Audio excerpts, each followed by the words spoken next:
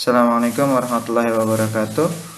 Kali ini kita akan berbicara gaya kepemimpinan ya. Nah, gaya di sini merupakan kesanggupan untuk berbuat, dan kepemimpinan itu perihal cara memimpin. Nah, jadi di sini merupakan satu kesatuan yang tidak bisa dipisahkan begitu ya.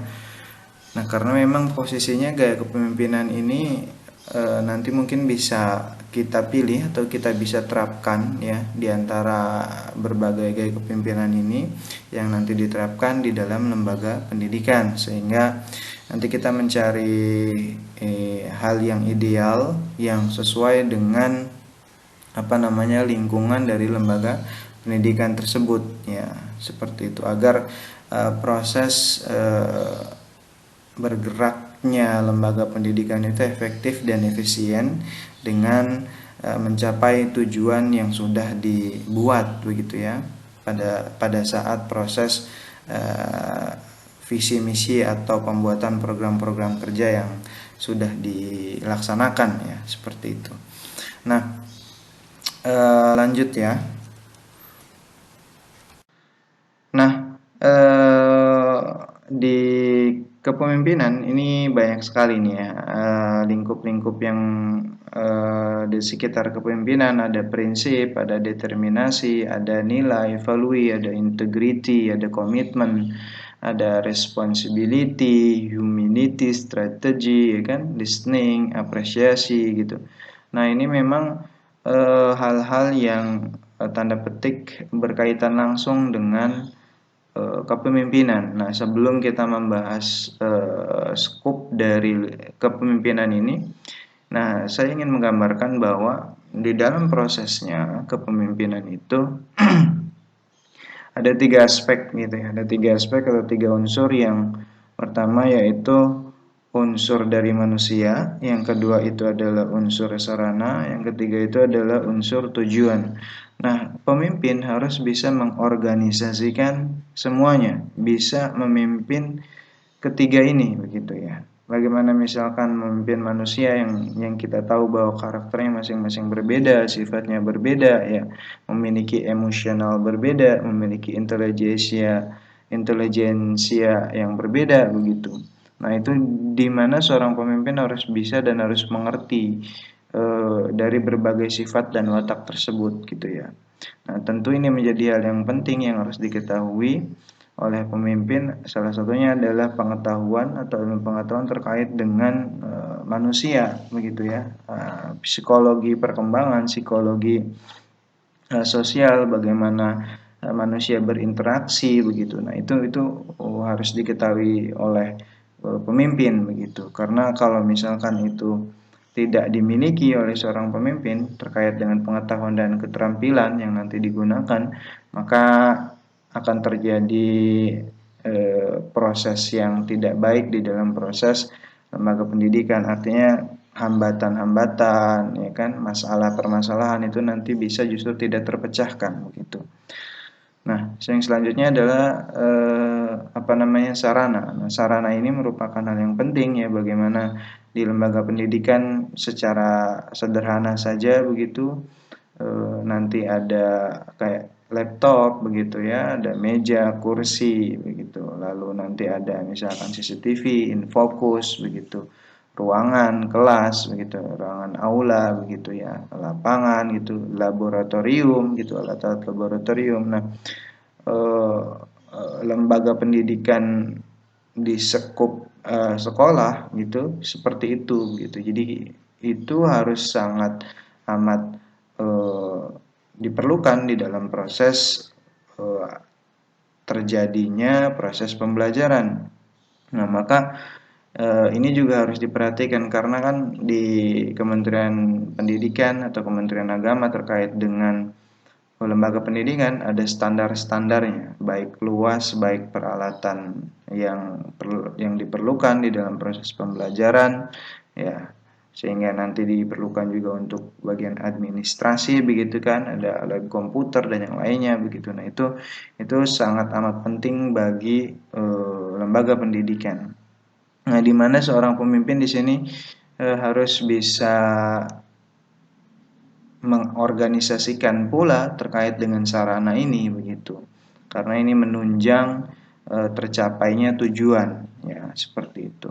Yang selanjutnya adalah tujuan. Nah, tujuan ini tentu kalau kita berbicara tujuan, kita linearitasnya dengan tujuan pendidikan nasional, yaitu mencerdaskan anak bangsa. Nah, bagaimana posisinya tujuan-tujuan ini bisa diimplementasikan, bisa dilaksanakan, bisa dievaluasi ya agar tujuan-tujuan ini bisa tercapai. Dan tujuan-tujuan juga ada tujuan jangka pendek, jangka menengah, jangka panjang. Nah, di mana seorang pemimpin di sini harus benar-benar bisa melihat ya kan pandangan ke depan, the future gitu. Jadi posisinya tidak hanya statis begitu ya, karena perkembangan zaman sekarang sudah berbeda gitu ya, sudah semakin maju ya. Apalagi di masa pandemi ini, era 4.0, sebentar lagi era 5.0 gitu ya. Nah, ini dituntut sekali seorang pemimpin dalam rancang tujuan-tujuan ini memang harus disesuaikan dengan kondisi zaman ya, harus disesuaikan dengan kondisi zaman di mana kita harus selalu mengikuti perkembangan zaman agar apa yang sudah kita rencanakan, apa yang sudah kita buat di dalam lembaga pendidikan terkait dengan tujuan itu bisa diimplementasikan atau bisa menyelesaikan permasalahan-permasalahan di aplikasi dunia pendidikan. Nah, seperti itu ya. Jadi itu konsep ketiga unsur ini, main, sarana, tujuan, ini harus sangat amat bisa dilakukan oleh seorang pemimpin, begitu. Ya, kita lanjut. Nah, ini ada beberapa gaya kepemimpinan. Nah, yang pertama kepemimpinan partisipasi, ya, partisipasif ya. Dimana di sini sebenarnya pemimpin itu dia lebih partisipasi. Jadi partisipasi kan lebih ikut berkontribut gitu ya. Artinya pemimpin dengan bawahan atau misalkan anggota begitu ya, dari stakeholdernya itu dia saling tukar ide gitu ya, saling sumbang saran begitu. Jadi di sini posisinya pemimpin itu tidak memegang secara mutlak begitu ya, tidak memegang secara mutlak proses kepemimpinannya gitu. Di sini saling tukar ide ya, saran gitu, masukan gitu. Dan duduk bersama begitu, saling diskusi begitu untuk kemajuan, tentu untuk kepentingan, untuk kemajuan ya lembaga pendidikan. Nah, itu sederhananya ya, kuncinya seperti itu ya. Nah, yang kedua adalah gaya kepemimpinan delegasi. Nah, gaya kepemimpinan delegasi ini memberikan ruang ya. Pemimpin itu memberikan ruang kepada kepada anggota, kepada bawahan untuk diikut sertakan atau misalkan dikirim ya, sehingga memang anggota ini memiliki ruang ya untuk mengimplementasikan keilmuan yang dia punyai gitu. Jadi di sini posisinya kayak misalkan kalau kita di negara gitu ya, kepemimpinan misalkan Indonesia, presiden mengirim delegasi ke misalkan KTT ya, non-blok gitu ya, konferensi Asia Afrika begitu ya. Nah, itu adalah sebuah delegasi-delegasi gitu ya, delegasi-delegasi atau bahasa sederhananya mewakilkan gitu, diwakilkan gitu.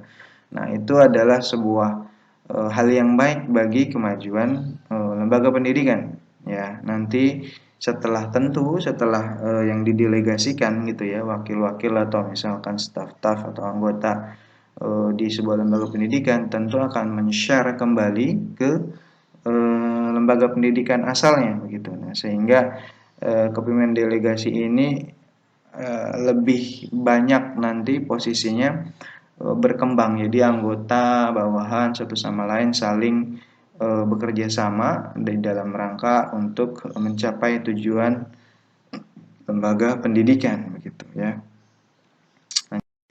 Nah, selanjutnya ini ada kepemimpinan autokratis. Nah, kepemimpinan autokratis di sini kalau kita melihat ada diktator terhadap anggota, iya, Karena kepemimpinan autokratis itu otoriter ya, bahasanya otoriter. Jadi dia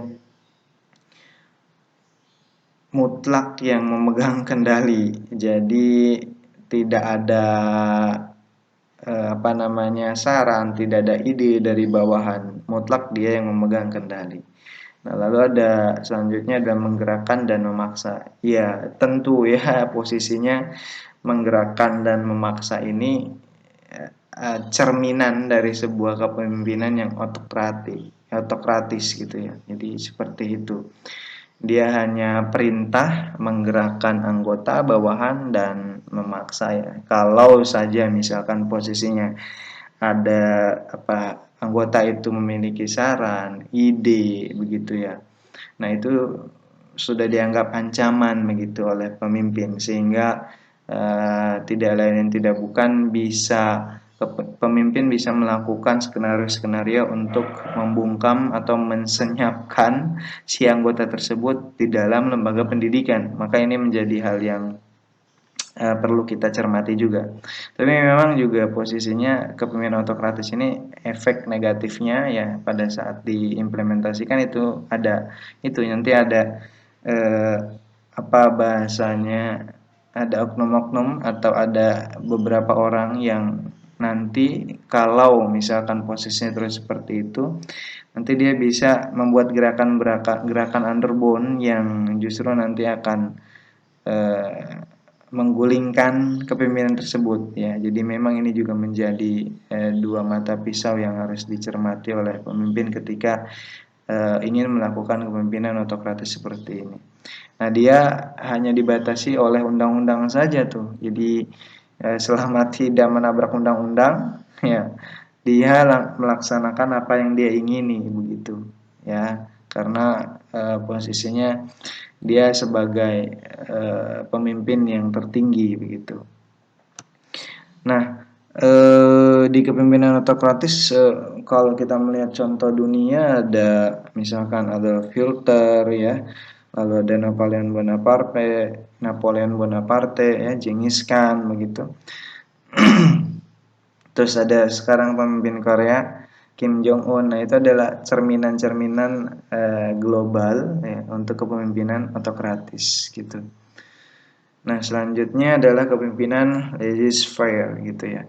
Nah, ini di sini pemimpin tidak memberikan pimpinan. Artinya memang posisinya di sini sosok kepemimpinan, sosok dia memimpin itu tidak ada gitu. Jadi semu gitu, ambigu gitu. Jadi eh, tidak mengarahkan, tidak memerintahkan, tidak memberikan saran, ya, tidak memberikan pandangan-pandangan terhadap lembaga pendidikan yang dia pimpin, begitu.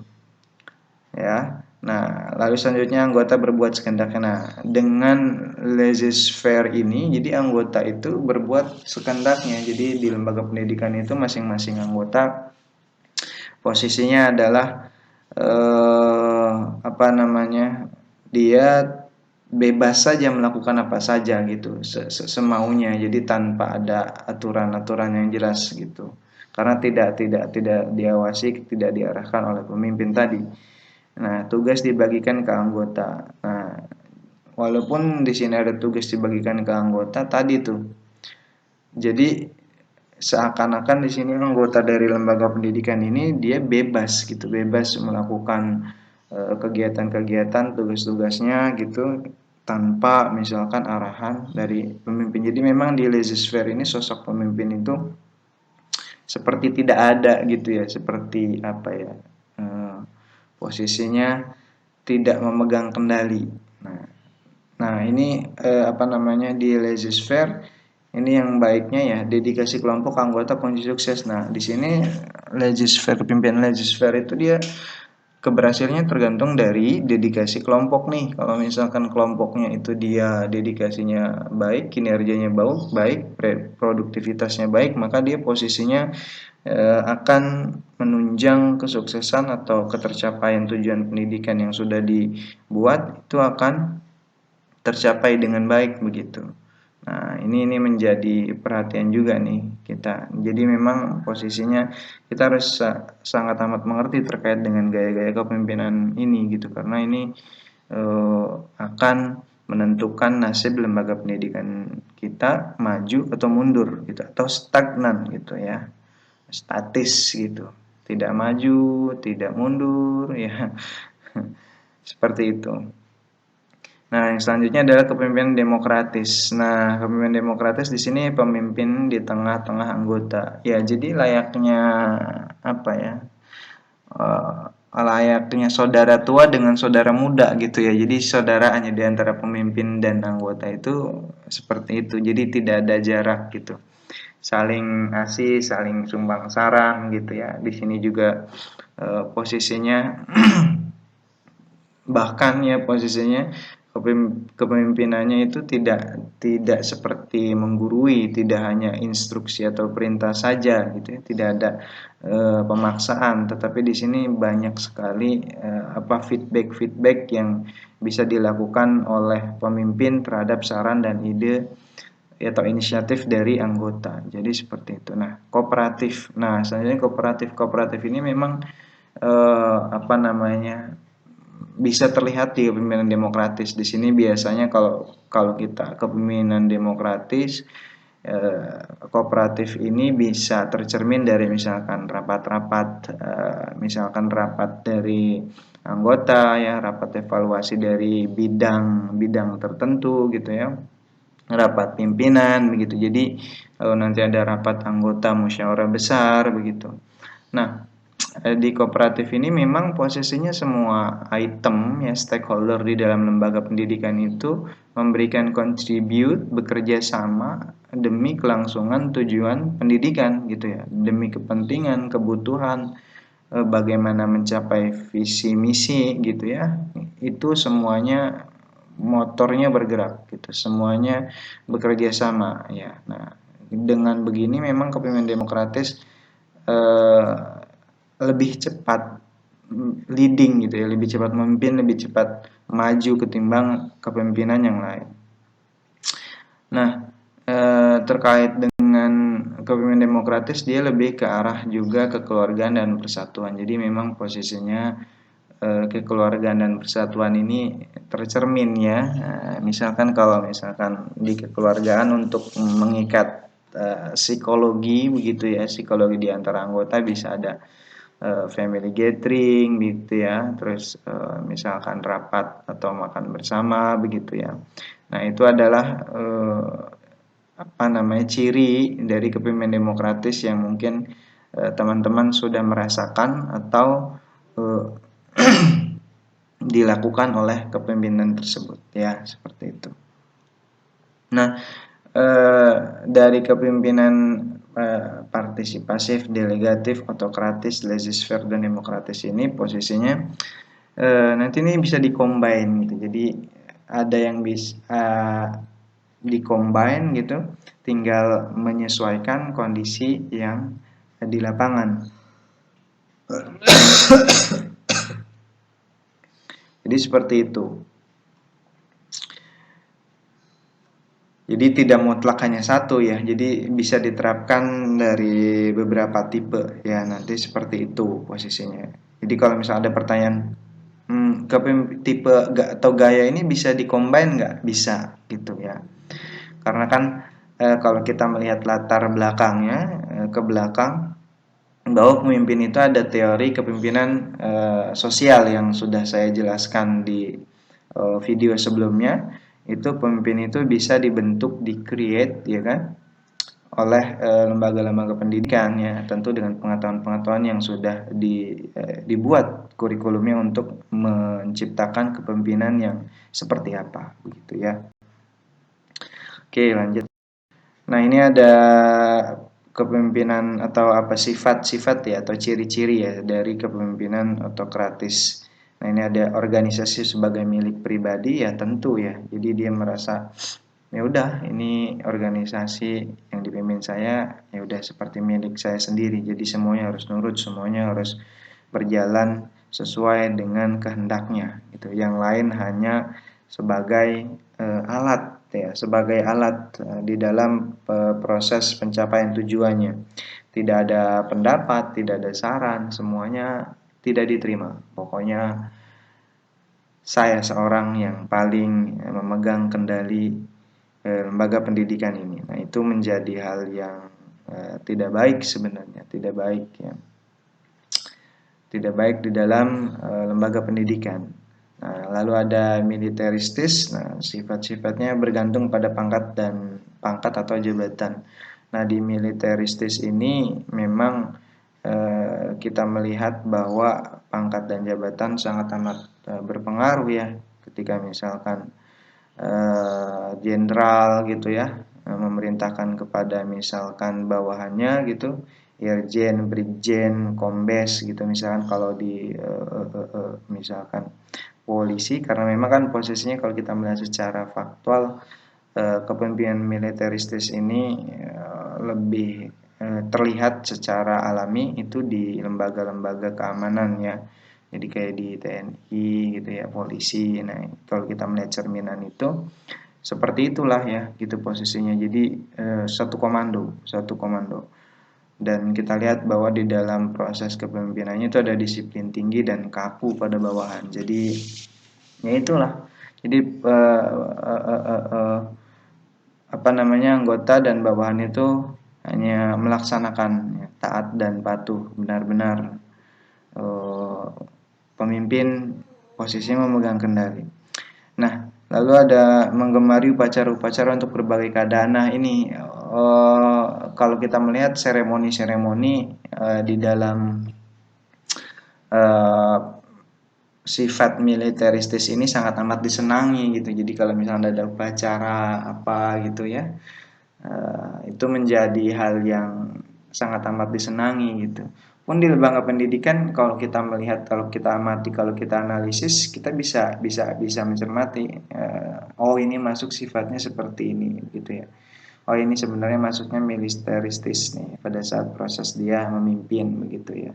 Nah, itu menjadi apa namanya, hal yang disukai itu para anggota dari militeristis ini begitu. Seremoni-seremoni begitu. Oh, di lembaga pendidikan juga kalau saya melihat banyak ya, banyak yang seperti itu gitu. Tapi kan tergantung tujuannya ya, tergantung tujuan dari sebuah seremoni-seremoni itu. Tetapi memang kalau yang militeristis ini dia cenderung hayu gitu, cenderung seneng dan suka gitu yang seremoni-seremoni seperti itu. Cuma kan efeknya nanti adalah ketika kalau misalkan ini cuma seremoni-seremoni saja, tidak membenahi bagaimana proses berlangsungnya organisasi di bawahnya gitu, lembaga pendidikan gitu, mulai dari tenaga pendidikan, tenaga pendidik gitu ya, administrasi. Kalau misalnya itu tidak dilihat, tidak dikontrol, tidak diawasi, hanya mementingkan seremoni-seremoni agar terlihat bagus begitu di umum, nah itu menjadi hal yang kayak semacam sama kayak sedang apa ya, menyalakan bom waktu gitu yang tiba-tiba nanti akan meledak dan menghancurkan lembaga pendidikan tersebut. Itu berbahaya ya. Jadi nanti silakan teman-teman bisa mengamati, menganalisis ya. Kalau misalkan jangan-jangan gitu. Ini ada di lembaga pendidikan yang saya naungi atau saya berkontribut di dalamnya. Nah, maka tugas kita saling mengingatkan gitu ya.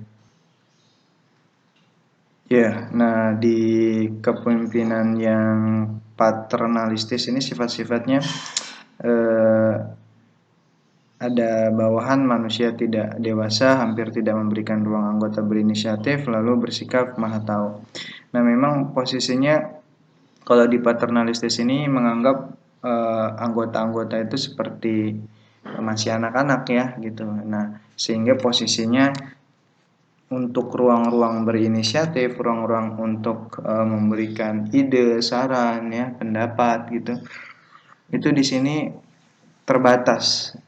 Dan sayang sekali ya, potensi-potensi setiap anggota kan masing-masing memiliki kelebihan-kelebihan yang harus kita apa namanya, kita stimulus, lalu kita dorong agar memang itu menjadi hal yang berkontribusi justru untuk kemajuan dari lembaga pendidikan. Tetapi di sini posisinya kalau di sifat paternalistis ini dia hanya sekedar posisinya ya pasif saja gitu setiap anggota gitu untuk melakukan ide-ide, saran-saran dan lain-lain itu tidak diberikan secara bebas gitu, tidak diberikan secara luas. Lalu bersikap maha tahu ya posisinya pemimpin sudah tahu semuanya ya. Jadi apapun itu dia sudah merasa ya bersikap maha tahu seperti itu. Nah, ini kan efek negatifnya nanti ketika ada masalah dan lain-lain tidak dilibatkan ya anggota-anggota di dalam proses pemecahan masalah.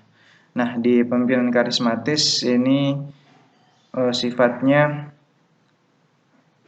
ada apa? Di sini kalau kita melihat ada semacam jiwa gitu ya, jiwa yang bersih gitu. Batinnya itu bersih gitu. Terus mungkin kita kan tidak tahu ya masing-masing. Bisa misalkan mulai dari ibadah-ibadahnya begitu, sehingga itu tuh tercermin, jadi inner beauty-nya tuh keluar di dalam proses dia memimpin, sehingga kita tuh seakan-akan terhipnotis ya untuk mengikuti apa yang sudah diperintahkan, apa yang sudah diinstruksikan begitu ya. Dan ya posisinya faktor-faktor yang membuat karismatis ini salah satunya bisa ada umur ya, kekayaan, kesehatan atau ketampanan. Nah, itu yang salah satunya mendorong kepemimpinan karismatis ini muncul gitu ya. Jadi di lembaga pendidikan juga ada sifat pemimpin karismatis seperti ini yang kalau misalkan kita lihat dan teman-teman merasakan kok kenapa ya aku tuh selalu misalkan nurut gitu, atau misalkan uh, tidak bisa menolak gitu terkait dengan instruksi yang sudah diperintahkan oleh pemimpin ya lembaga pendidikan tersebut begitu. Nah, di sifat demokratis ini ada sinkronisasi tujuan, kepentingan, utamakan kerjasama, senang menerima pendapat, saran dan kritik. Ya di demokratis, karena demokratis ya posisinya tujuan dan kepentingan itu ya berjalan bersama gitu. Jadi visi misinya sesuai yang sudah direncanakan, sehingga ketercapaian proses lembaga pendidikan yang maju, yang leading itu cepat nah gitu ya, program-programnya sesuai begitu ya. Jadi kepentingan dan tujuan-tujuannya itu benar-benar diperhatikan di dalam rangka implementasi segala kegiatan-kegiatan yang dilaksanakan gitu, dan mengutamakan kerjasama. Lalu di sini ada senang menerima pendapat, saran dan kritik ya. Jadi posisinya saran, pendapat, kritik dan yang lainnya gitu itu bisa membangun gaya kepemimpinan ini sifatnya gitu, sehingga posisinya kita kan di dalam berorganisasi, di dalam berlembaga yang merasakan begitu ya di lapangan begitu aplikasi proses kegiatan-kegiatannya kan bawahan kita, kan anggota kita. Jadi kalau ada permasalahan itu sangat amat baik dan bagus tuh. Jadi ada saran, ada pendapat. Jadi dari bottom to up. Nah, itu akan bagus sekali untuk mendongkrak kesuksesan dari sebuah lembaga pendidikan tersebut, ya. Nah, ini ada sifat-sifat kepemimpinan yang saya sarikan ya dari Abdurrahman, ada Ardwaitaj, Elsbri, Ki Hajar Dewantara, Sutarto, dan saya sendiri ya. Ini ada beberapa, ada 12 ya, ada 12 sifat-sifatnya. Yang pertama ada takwa, adil, penuh inisiatif, tanggung jawab, visioner, komunikatif, cerdas, tegas, tekun, pengalaman profesional, non profesional, ikhlas dan bijaksana ya.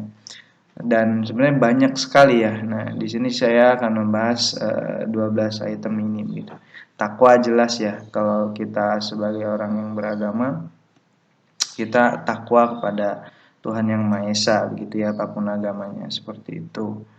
Dan itu akan mempengaruhi proses kepemimpinan kita tuh gitu. Jadi sifat-sifat ini harus dimiliki nih oleh pemimpin. Adil jelas. Adil di sini juga posisinya kan dia proporsional. Adil yang proporsional. Seorang pemimpin ketika dia melakukan keadilan, maka dia sebenarnya sudah menerapkan apa namanya, proses-proses yang nantinya akan memajukan lembaga pendidikan. Nah, seperti itu. Lalu ada penuh inisiatif. Inisiatif di sini kan ide-ide, gagasan-gagasan yang cemerlang, tentu untuk apa namanya, kemajuan dari lembaga pendidikan. Lalu ada tanggung jawab begitu, sesuai dengan tupoksinya, tugas pokok dan fungsinya ya. Kalau boleh meminjam dari Ki Hajar Dewantara terkait dengan ing ngarsusung tulodo, ing madya mangun karso, tuturi handayani. Nah, ini posisinya semuanya akan lingkupnya ke situ. Nah, lalu selanjutnya ada visioner. Visioner ini di mana seorang pemimpin harus benar-benar visioner, melihat masa depan, the future gitu ya. Kalau pemimpin tidak bisa melihat masa depan atau berpandangan ke depan, itu maka sudah bisa dipastikan stagnan si lembaga pendidikannya. Karena setiap waktu, setiap detik, setiap zaman masalah berkembang, ya, masalah berkembang, teknologi berkembang begitu. Jadi kalau misalnya kita seorang pemimpin tidak melihat ke depan, visioner ya, maka akan tertinggal oleh lembaga-lembaga pendidikan, atau justru bahasanya mati suri ya lembaga pendidikan gitu. Maka memang harus memiliki sifat visioner. Nah, lalu selanjutnya komunikatif. Nah, komunikatif juga ini menjadi hal yang penting di dalam proses kepemimpinan. Jadi proses cross check ya, kalau misalnya terjadi permasalahan kan kita harus cross checknya. Cross check ini adalah kan komunikatif gitu. Jadi apa namanya, prosesnya itu tidak hanya satu arah begitu, jadi dua arah atau bahkan tiga arah gitu. Nah, ini cerdas. Nah, cerdas ini juga merupakan hal yang penting. Kalau cuma pintar kan ya posisinya masih di bawah cerdas, karena kalau cerdas sudah pasti pintar, tapi pintar belum tentu cerdas. Nah, ini juga bisa di posisinya sangat amat penting di dalam proses kepemimpinan. Lalu ada tegas ya, tegas ini juga menjadi atau membuktikan bahwa kita taat kepada tata tertib ya, atau apa, aturan-aturan dari lembaga pendidikan yang kita pimpin begitu. Jadi ini lebih ke arah ketaatan terhadap apa, tata tertib yang sudah dibuat begitu ya. Tekun, jelas ya, tekun. Jadi pemimpin itu juga harus memiliki sifat tekun. Kalau tidak hanya cuma cerdas, tapi tekunnya, tekun itu continue gitu ya, kontinuitasnya di dalam rangka apa namanya, di dalam rangka proses perencanaan, pelaksanaan dan evaluasi ya di dalam lembaga pendidikan, itu harus benar-benar apa namanya, dilakukan dengan baik gitu, dan ditransfer kepada anggota-anggota agar posisinya menjadi sinergi begitu ya. Lalu pengalaman profesional dan non profesional. Nah, tentu ini pengalaman profesional kalau lembaga-lembaga untuk pemimpin lembaga pendidikan bisa misalkan pada saat workshop, seminar-seminar internasional ya, atau pelatihan-pelatihan yang dilakukan ya, seperti itu. Non profesional ya bisa dari lembaga-lembaga pendidikan yang notabene itu bisa dilakukan atau diikuti ya oleh pemimpin lembaga pendidikan. Nah, ikhlas. Nah, ikhlas ini menjadi hal yang penting nih yang harus dimiliki, karena kalau kita tidak ikhlas, kita akan mencari dan menuntut hargai saya, hormati saya begitu. Dan itu akan memberikan efek yang tidak baik ya bagi keberlangsungan kinerja seorang pemimpin gitu ya, seperti itu. Lalu ada bijaksana. Nah, ini bijaksana menjadi hal yang penting juga karena dengan arif ya, akhlak yang baik gitu, dengan akhlak yang bijak, kita bisa menyelesaikan permasalahan-permasalahan yang rumit ya, karena kita melihat dari berbagai sudut pandang yang kita miliki begitu. Nah, ini sifat-sifat kepemimpinan yang sudah dirangkumkan ya. Terkait dengan ini semua, tentu ini semua berlatar dari input atau masukan dari input di sini, masukan di sini artinya pengetahuan-pengetahuan yang didapat atau dimiliki oleh pemimpin tersebut ya, begitu. Jadi ini tergantung dari tadi itu pengetahuan, keterampilan, ilmu pengetahuan yang dimiliki oleh pemimpin. Maka ini akan muncul dan bersinergi membentuk aplikasi tingkah laku dan perilaku ya. Mungkin itu ya yang bisa kita bahas hari ini. Semoga bermanfaat. Jangan lupa like, komen, dan subscribe agar tidak tertinggal oleh video-video yang sudah nanti diupload ya. Assalamualaikum warahmatullahi wabarakatuh.